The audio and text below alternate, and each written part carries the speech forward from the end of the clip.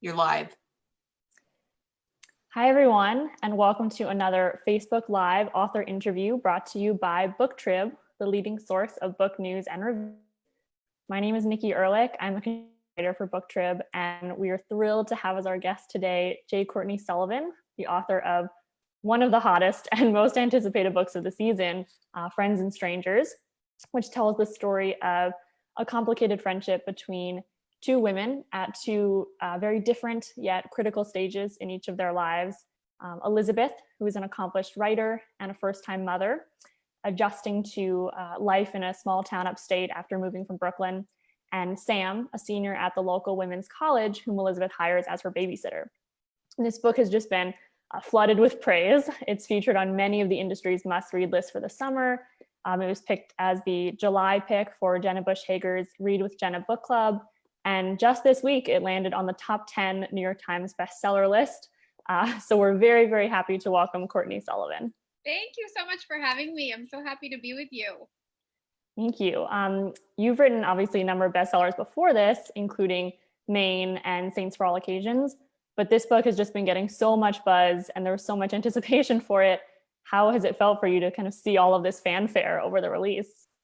Oh, I mean, it's been amazing. It's such a weird, this is my fifth novel, and it's such a weird time to be publishing a novel. You know, I have two toddlers. My daughter is 20 months old. My son just turned 3. So, you know, my publisher had asked me early on, your children are so young. We understand if you don't want to go on a book tour because you can't leave them. And I was like, oh no, by all means, I will leave them. I will be very happy to go stay in a hotel for a few nights at a time. So the book tour obviously has not gone as planned. Instead, I'm doing it in a locked bedroom, hoping they won't slam on the door in the next 5 minutes. But it's been wonderful. I love Jenna Bush Hager's book club. I love all the books she picks, and I end up always reading the ones she picks too. So it was a real honor to be chosen for that. That's great. How have you found adjusting to Zoom interviews as opposed to the traditional interviews? It's been interesting. Yeah, I mean, I think the hard thing that's sort of been a bummer is, you know, I love getting to go to bookstores and actually meet readers and talk to them. And generally, anyone who's ever been to one of my readings knows that the signing line will take a very long time because I get chatting with every single person who comes and buys the book. So it's really different to not have that piece of it this time around. But I had no idea what Zoom was, you know, before whatever the day was that life changed. I think it was March 15th or 16th. Like, I never heard of Zoom, and now Zoom is just part of our world. Isn't it weird? Did you know what Zoom was before? Maybe just 6 months before.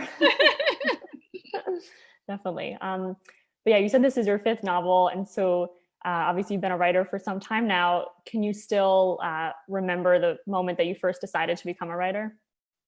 Oh, yes, of course.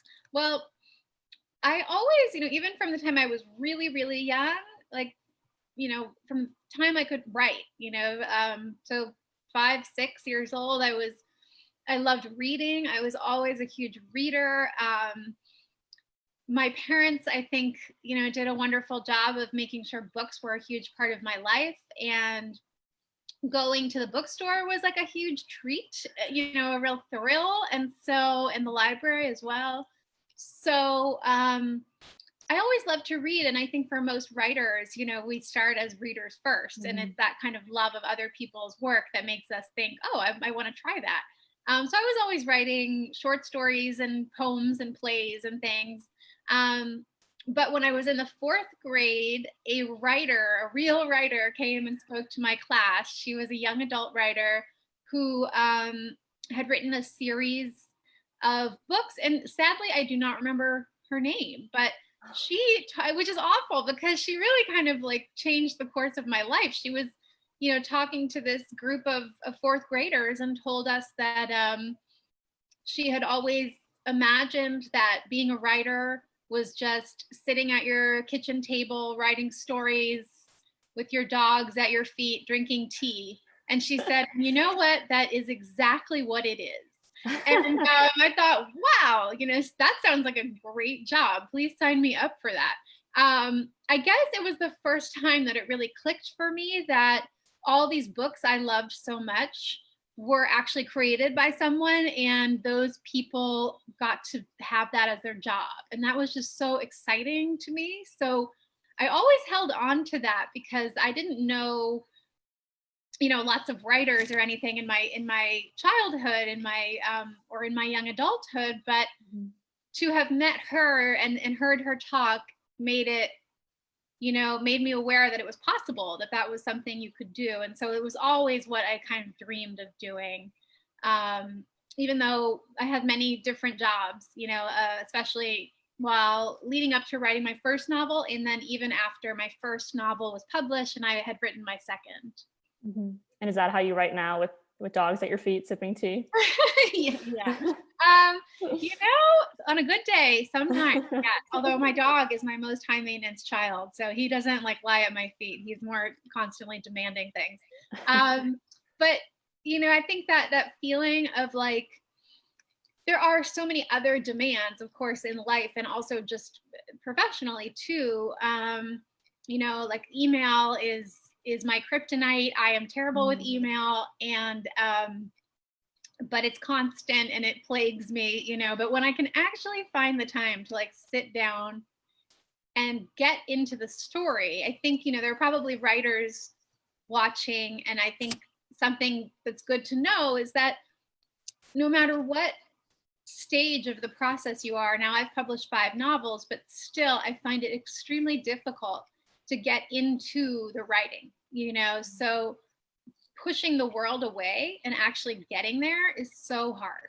And to me, once I'm in that zone, it's wonderful and I could stay there for hours. And in fact, a lot of times I will, 8 hours have passed and I'll think it has been 2 or something. But getting there is excruciating, and I will take any excuse to do anything else. So I know writers who go and write in cafes or whatever. I could never do that. I would just eavesdrop on everyone around me and get nothing accomplished. I need just like an empty, silent room. And I used to use Freedom. Do you know what that, like, it's something you can put on your computer to block yourself from using the internet. If you are like me and have no self-control. But then I would just go on my phone on the internet. So now I just have to hide the internet from myself completely. It's really bad. I mean, I used to write at the Brooklyn Writers Space in Brooklyn, which unfortunately just closed. But when I first joined, the man who runs the place said, "Do you want the Wi-Fi password?" And I was like, "Oh, sure, yeah." And he said, "But like, are you sure you can handle it?" And I wish I had said no. Oh no. Have you found that your writing process has changed with each book, so that by the time you got to this one, you had a different routine than with your first one? Yeah, I mean, I think the actual process, another thing to kind of, that's good and bad, I guess, to tell writers who are starting out is that like the fear piece of it and the feeling that, oh my gosh, I can't write this, I can't do this. It never goes away. It's always there. And in a way, I think that's good. If you're writing something and you feel like, oh, I have this in the bag, and you don't feel the fear, then, it might not actually be worthwhile. I think that fear is part of what is a sign that you're growing, But as far as the actual like practice of doing the writing, my first novel, I had a full-time job when I was writing it. I worked at the New York Times as a researcher for a couple of the op-ed columnists. And so I really only had time to work on that book late at night or on the weekends. And so throughout the course of the week, I was always thinking about my characters. They were very much, alive in my head, and I would often take notes. So I would take notes on like the back of dry cleaning receipts or whatever piece of paper I found in my purse. And on Saturday mornings, my ritual would be to put all the little pieces of paper from my purse on the table and then try to make sense of the notes that I had written. And so with this novel, I guess I've gotten slightly more high tech, though I would not describe myself as high tech, clearly. But with this novel, Friends and Strangers, I started writing it when I was pregnant with my son. And then from the time he was born until he was 6 months old, I was, I didn't have any childcare yet. I was with him full time. And I really didn't have time to sit down and write chapters, but I was always taking notes. And the way I did it this time around was I would send myself an email. I very much recommend this to other writers now. I would send myself an email every time I had a little thought or observation for the book. And they all went under the same subject line, which was babysitter. And once I was really able to write, when my son was 6 months old, I just went into my Gmail and searched that word babysitter, and I had 100 emails from myself that made it possible to really start. And there were so many things that I wrote in those emails that I think I would have forgotten had I not gotten them down. So I guess it's a slightly different version of what I was doing 11, 12 years ago with my first book. But really, at the end of the day, the same thing. And now in the sort of COVID times, I have find myself writing really late at night, which actually, is out of necessity, of course, because I have my kids all day, but also I think when you're starting out as a writer and you have a full-time job, people tend to either be like the early morning shift or the late night shift, but it's really only possible to write when everyone else is asleep. They haven't gotten up for the day yet, or they've gone to bed for the night. And so most writers I know do generally naturally fall into the early morning writer routine or late at night. And for me, it was always late at night. So I'm back to kind of what I did in the beginning, and it sort of feels more natural than writing during the day, which would be better, but yeah. Well, it worked. Certainly you were in a similar situation caring for a newborn son as Elizabeth, the protagonist in this book, is. So can you speak a bit about the inspiration process when you were writing all those babysitter emails? Yeah. So, I think every book I've written, I think about my last book, Saints for All Occasions, which, among other things, is about these two sisters who immigrate from a small town in Ireland to Boston. And they come from the town that my great-grandmother came from, Milltown Malbay. And when I first visited that town, now it would be, I don't know, 15 years ago or so, or more, it had this kind of shimmer around it, the moment of being there, being in her childhood home, that I knew I would write about it. But it took many years for me to understand how I would write about it or what the story would be. And that happened with this book too. Maybe I think now 8 years ago, 9 years ago, I have no sense of time anymore, but several years ago, I was at Smith College in Western Massachusetts, which is my alma mater. I was there to give a reading from one of my books. And I came out of this reading and I was standing at the crosswalk. It was a very kind of cinematic moment because it just had started raining, drizzling. And this car pulled up, this big SUV pulled up. And behind the wheel of the SUV was this woman whose baby I had taken care of my senior year of college. And we had been very close. And she had really kind of put me on the path to going to New York, pursuing being a writer and all of this. And I immediately recognized her. But by that point, 10 years had passed since we had seen each other. She'd had 2 more kids. Who knows how many more babysitters. And she didn't recognize me. And she kept drove on. And so I was telling a friend this story that night over dinner. And my friend is a novelist too. And she said, oh, you should write about that. That moment feels like the beginning of a novel, where these 2 women see each other 10 years later and one of them drives off. And so I kind of agreed with her, but I wasn't sure exactly what the story would be yet.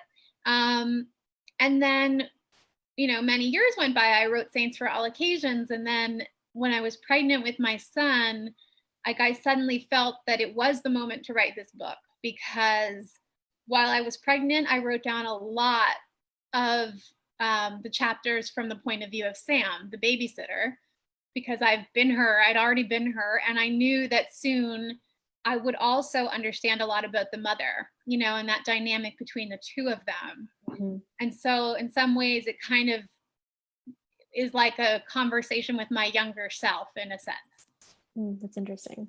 And so for those who haven't read it, the book has a dual narration from both Sam's perspective and Elizabeth's perspective. And so it sounds like you knew right away that you were going to narrate it that way. Mm-hmm. Yes, definitely. I think, partly because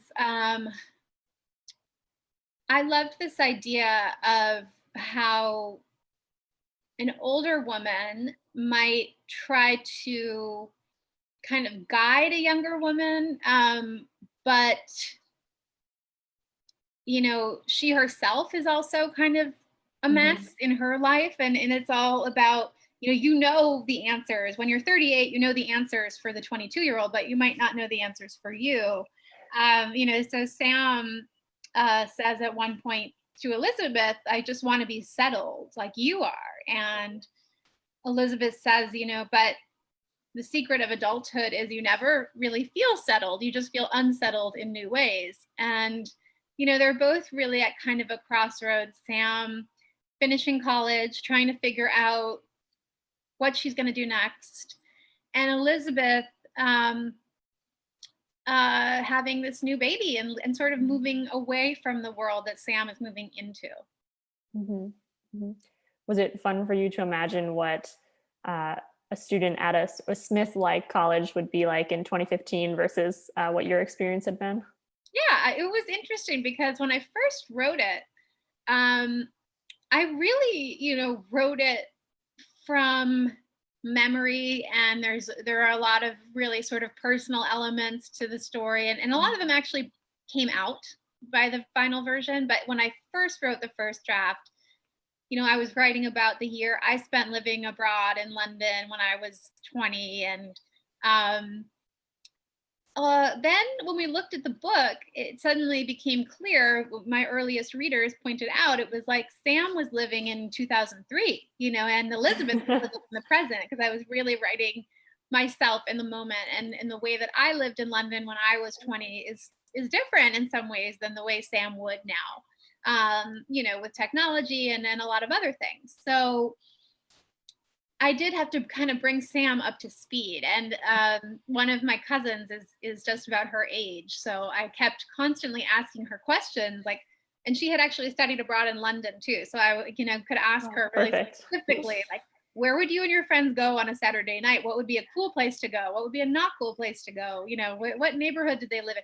I was asking her so many questions that she was sort of like, are you writing a book about me? Why are you asking me all this? So, but it was very handy to have that resource. And I also,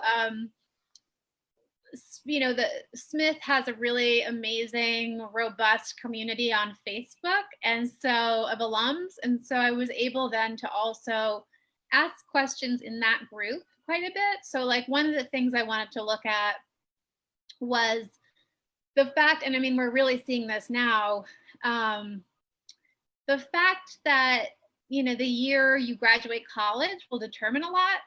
And so I, started off asking women who had graduated from Smith the year that Sam does in the book, 2015.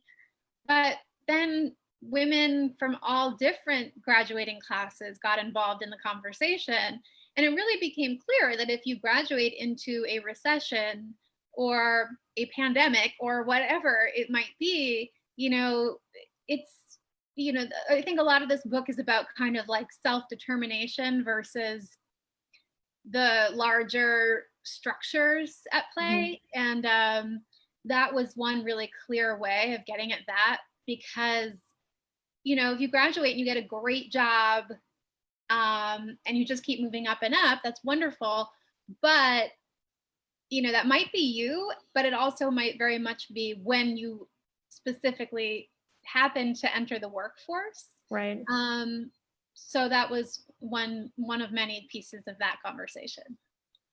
And when I was reading the Elizabeth sections and her struggling with many of the things that a lot of new moms struggle with, including balancing work as a writer and her motherhood, I was wondering if writing about motherhood has its own set of complications, because we as a society have a tendency to judge other people's parenting, and we like to critique fictional mothers as being relatable or unrealistic.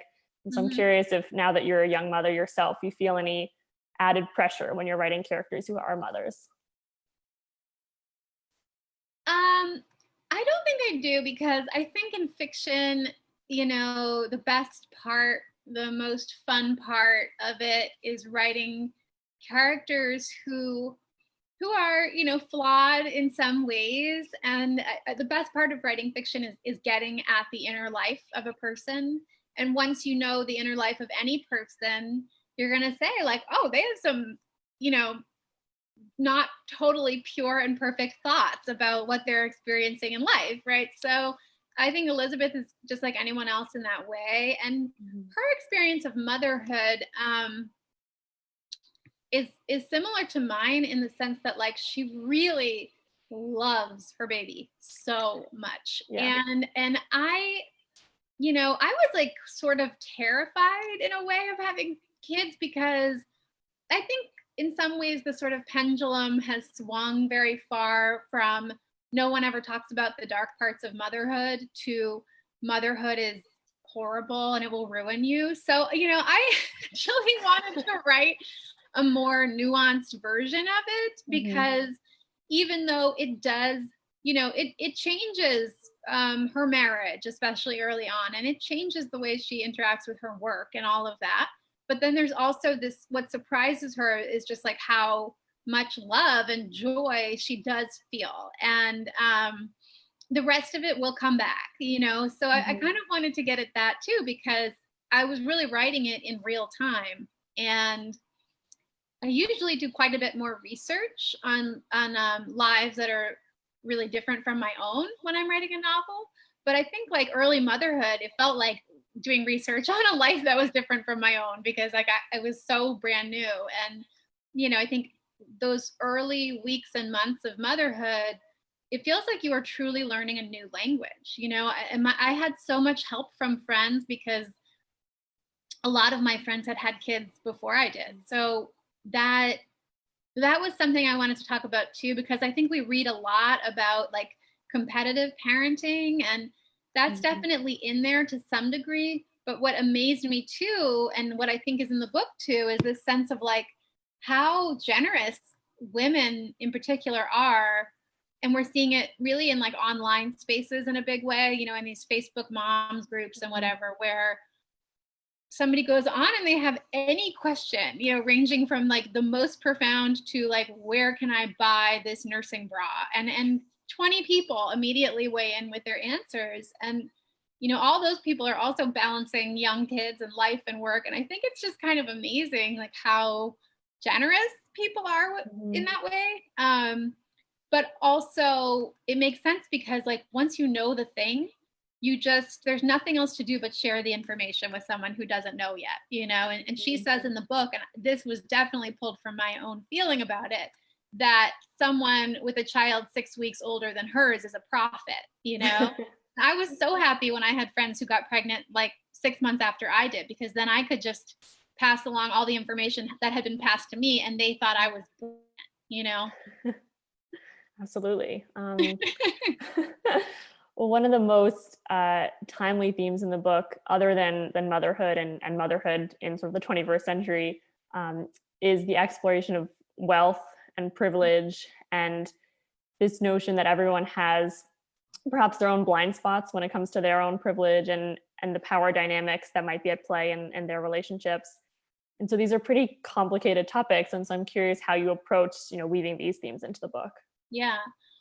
I think that ultimately the issues of privilege, wealth, income inequality, all of these things, race dynamics as well, a little bit in the book, that is actually how they exist in our lives is like in these everyday interactions, right? Like there's this sort of higher sense of discussing and having kind of an academic conversation about these things, but also the fact is like, you know, people do have someone come into their home to care for their children who probably or very likely lives in a totally different way than they do, lives in a totally different economic bracket than they do, people who come in and clean your home, you know, or whatever it might be, that we all exist on this spectrum of economic privilege. And what's kind of amazing about that is that we interact with each other every single day. And how does that work? And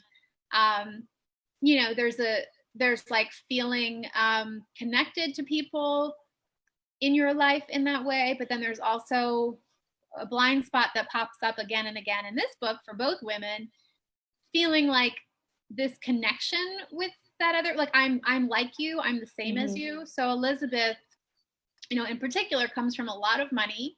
She doesn't accept her father's trust fund, at least for now, but it exists, right? So she doesn't really want to even believe that it exists or acknowledge that it exists. She wants to feel that she is self-made and kind of like wants a pat on the back for it.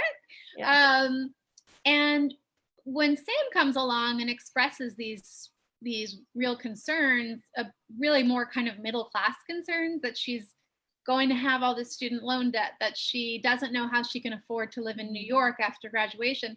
You know, Elizabeth is telling her, oh, we all did it. We all had 3 roommates, you know, but she's leaving out the part that she's like massively wealthy, which I think some massively wealthy people do leave out.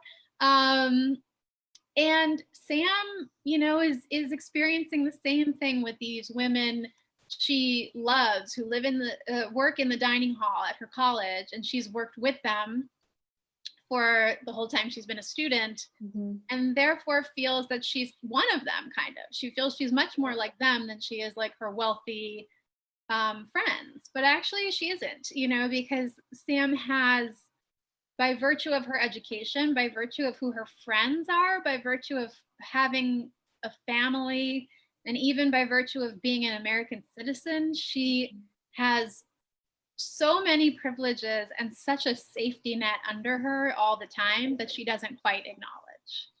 Right. I felt like what the book does so well is that it has these kind of timely questions about marriage and motherhood and female friendship, but then also feels super current when you have these questions about privilege, and also things like Elizabeth's father-in-law losing his job as a chauffeur because Uber arrives in town, or her sister trying to be an Instagram influencer and trying to make her living that way. And so do you kind of actively think about how am I going to balance these sort of timeless elements with these sort of super current cultural commentary?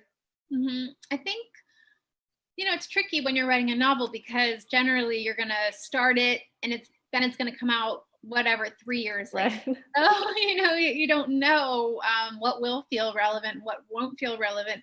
And sometimes, you know, I felt like with my last book that it was about immigrants, and they were Irish immigrants. So Irish immigrants are not, you know, a group that we think of as being particularly persecuted in America at this moment in time, but certainly they were at another moment in time. And I felt like when it came out right into all this controversy about immigrants in America, it felt really relevant in a weird way. And so with this book, you know, the fact that it's coming out in the midst of this pandemic, which has really, you know, put a spotlight on the fact that so many people were just sort of hanging on by a thread.